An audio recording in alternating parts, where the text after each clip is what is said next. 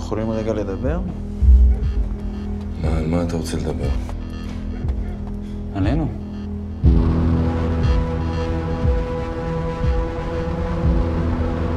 איזה חתיך. אתה יודע שהם בפתוחה. נבהלת? יודעת איך קינאתי בכם? גם אני קינאתי בך קצת. בהיריון? כן. פתאום כל מה שמעניין את כולם זה תינוקות? אתה יודע מה, אין לי שום בעיה עם זה.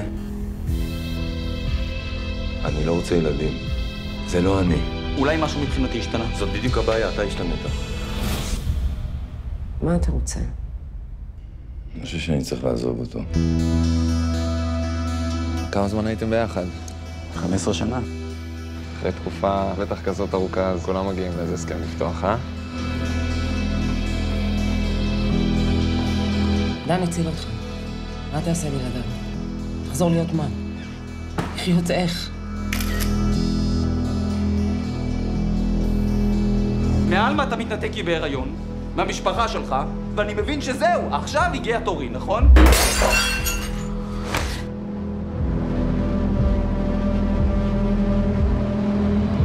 אני פשוט לא יכול להמשיך לחיות ככה יותר.